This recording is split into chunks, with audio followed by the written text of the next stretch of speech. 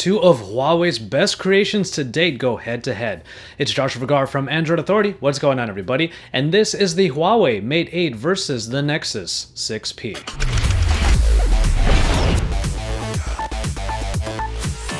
As is generally the case with these versus videos, you can find the spec sheets and the more minute details about both of these devices in a full written companion found at AndroidAuthority.com. But even then, we have full reviews for both of these devices, so you can always check those out at either the website or here on the YouTube channel if you want to learn more. We actually have a bit of a split decision when it comes to the design aspect for this versus, because we have certain people at Android Authority who prefer the Nexus 6P over the Huawei Mate 8. That said, the Nexus 6P happens to have that black bar on the top that some people do sometimes feel is out of place. On the other hand, you have the Mate 8, which has a more symmetrical design language, but it is a very familiar design if you are familiar with the Mate 7. But premium materials are really par for the course here no matter which of these two you get. The unibody designs really lend to a very nice looking and feeling device, and they really feel great in the hand even despite some slippage due to that smooth metal. But the sides are nice and flat on both of these, and as far as sizes go, there is a slightly taller device in the Nexus 6P due to the dual front-facing stereo speakers and its 5.7-inch display, while you have a slightly wider phone in the Huawei Mate 8 because of its 6-inch display. In general though, both of these devices show a lot of what Huawei is able to make, and the build quality is absolutely solid across the board. So really, it's up to you which one looks better. The Nexus 6P did just recently get a gold edition, and we personally would love to see in the flesh the mocha brown version of the Huawei Mate 8. The display situation might actually be a little bit easier for those of you who are spec hungry, and that's because the Quad HD display on the Nexus 6P is simply better than the 1080p on the Mate 8, so that would be a pretty easy decision for you guys. That said, the 1080p IPS display on the Mate 8 is no slouch, even if it doesn't quite have the punched out colors that the AMOLED provides. But media and gaming across the board is still very enjoyable no matter which of these two that you pick. And if you want that little bit of extra color depth and also the higher resolution, then of course the Nexus 6P will provide that little bit extra for you. It's just that when in terms of sheer enjoyment for the general user, we don't see that much of a difference between these two. Performance is actually a great aspect for these two devices going head to head because you have the two different scenarios. You have the stock Android experience being powered by a powerful Snapdragon 810 processor in the Nexus 6P. But on the other hand, you have an in-house made processing package that is supposed to contend with the software, more saturated and more feature-heavy EMUI. But we have to give Huawei a lot of credit because in either case, they have managed to excel. Not only is speed really great on both of these, but it's been very smooth and reliable, and no matter what we do for both of these devices, we haven't really been able to slow them down one bit. Multitasking and pretty much getting through all of the more Google-like features in the stock Android experience, Android Marshmallow of the Nexus 6P, bring the kind of experience that you would want out of a Nexus device. But on the other hand, even with its more feature-heavy package, the Mate 8 is able to move along swimmingly with no issues at all.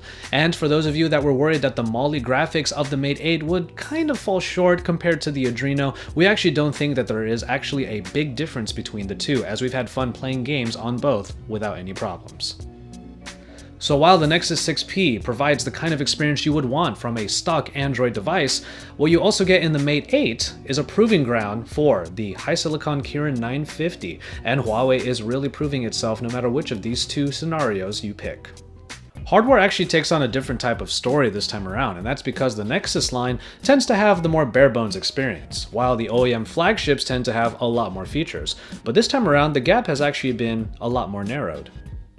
We'll start off with the great fingerprint readers on the back of either device. These are still the best in class and provide a seamless and indispensable tool. It's easy to just let the index finger land on the area on the back of the phone, and then your phone is already awoken and unlocked very easily.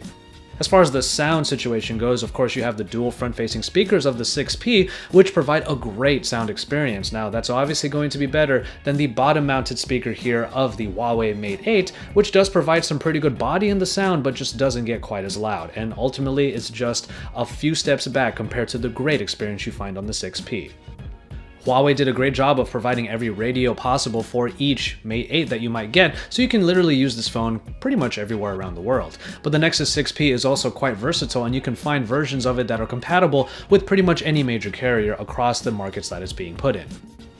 But speaking of connectivity, you also have dual SIM capabilities in the Huawei Mate 8, while the Nexus 6P doesn't provide that kind of functionality. And one of those trays inside of the Mate 8 can actually be used for a micro SD card, so expandable storage is something that the OEM flagship can boast over the Nexus line once again.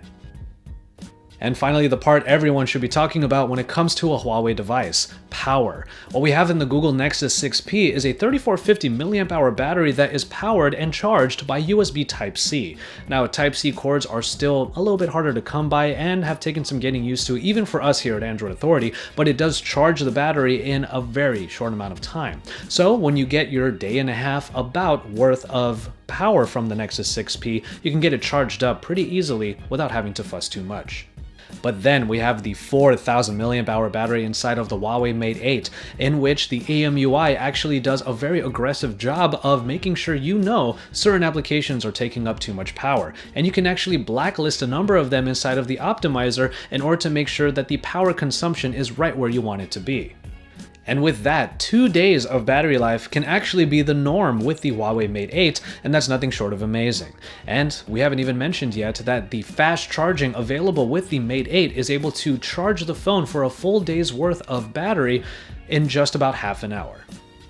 You really can't go wrong with either of these phones in terms of power, but if you really are a power user and you need your phone to really go the distance, the Mate 8 is definitely the companion you just might be looking for. As we get into the cameras, the spec shows that the 12 megapixel shooter of the Nexus 6P doesn't have optical image stabilization compared to that of the Mate 8, which does and has 16 megapixels. However, the actual pixel sizes are a bit different between these two, and we see in the camera samples later if they actually make a difference. But for now, we're focusing on the application. The applications on both of these are very different, as the Nexus 6P's Google camera provides a number of different options, some modes, but really it's a more what you see is what you get interface with Auto HDR.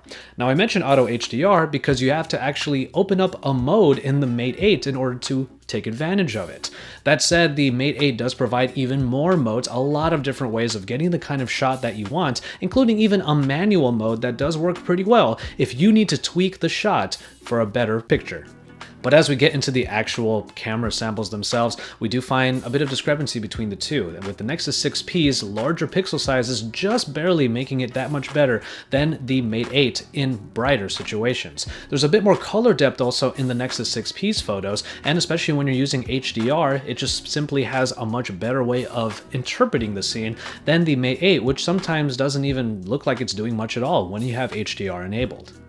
While you could sort of give or take in very bright situations between these two phones, it's when the situations get dimmer that you actually see the Nexus 6P's just bolstering its hardware that much better. You get much darker photos and much grainier photos inside of the Huawei Mate 8, which simply just don't provide the same type of quality that the Nexus 6P does. It was a bit disheartening to see that the Mate 8 provided a lackluster camera experience overall, as they already proved that they could do a good one in the Nexus 6P. So, the Nexus 6P is simply the better camera companion that you should have in your pocket. And finally, we have software. Now, this is one of those categories that would be really easy for a lot of people to pick between, because either you're a stock Android purist or you actually enjoy all of the extra features that might come in an OEM skin. We do have Android Marshmallow at the helm in both of these devices, so a number of the same features can be found, like Google Now on tap. That said, however, the stock Android experience is definitely very streamlined, and it doesn't look like it's even trying all that hard.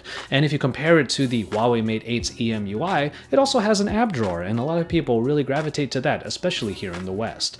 But the stock Android experience does provide just exactly what you need without too many extras. And if extras are what you need, then the Mate 8 might be where you have to look. But the EMUI is a controversial software suite because a number of its features simply are not all that useful. The knuckle feature, for example, is one that you can't really trigger without sometimes punching the device. And if you are already failing at using the knuckle feature, then maybe you could have just hit the icon already and would have been on your way. The dual window function, aside from using the recent app screen, is also fairly useless because there aren't that many applications that you can actually use with it. And again, we mentioned the lack of an app drawer, which really makes it a bit tougher to keep clean when compared to the app drawer found in the stock Android iteration.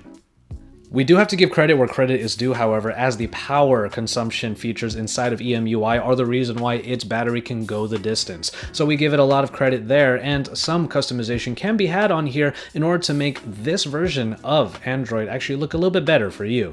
But ultimately, we find ourselves installing third-party launchers just so we can make EMUI look a little bit more the way we want it to here at Android Authority, and that's more of a stock-like experience.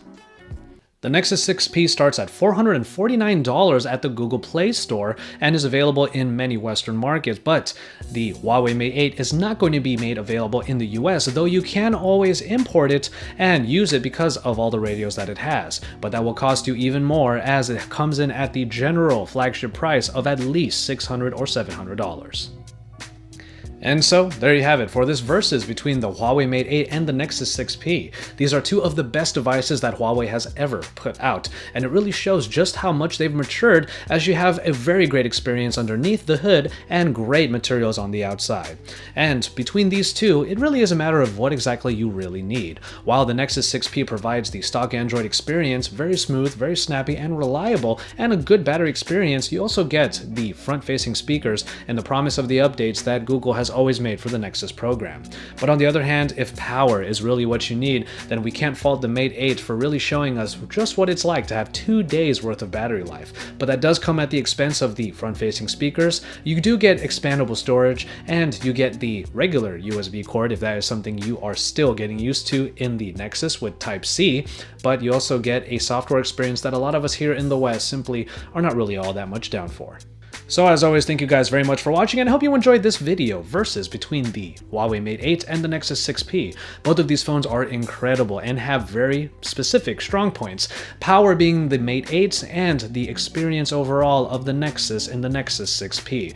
You're going to have to choose which one of these would be better for your experience, but we do think that you'll have a great time either way. So keep it tuned to Android Authority for even more about the Mate 8 and the Nexus 6P, and you can find their full reviews and also the full written companion for this video in the description below. Make sure you watch other videos here at the Android Authority YouTube channel. Drop us some likes on those videos and to subscribe to our channel if you haven't already, because we are your source for all things Android.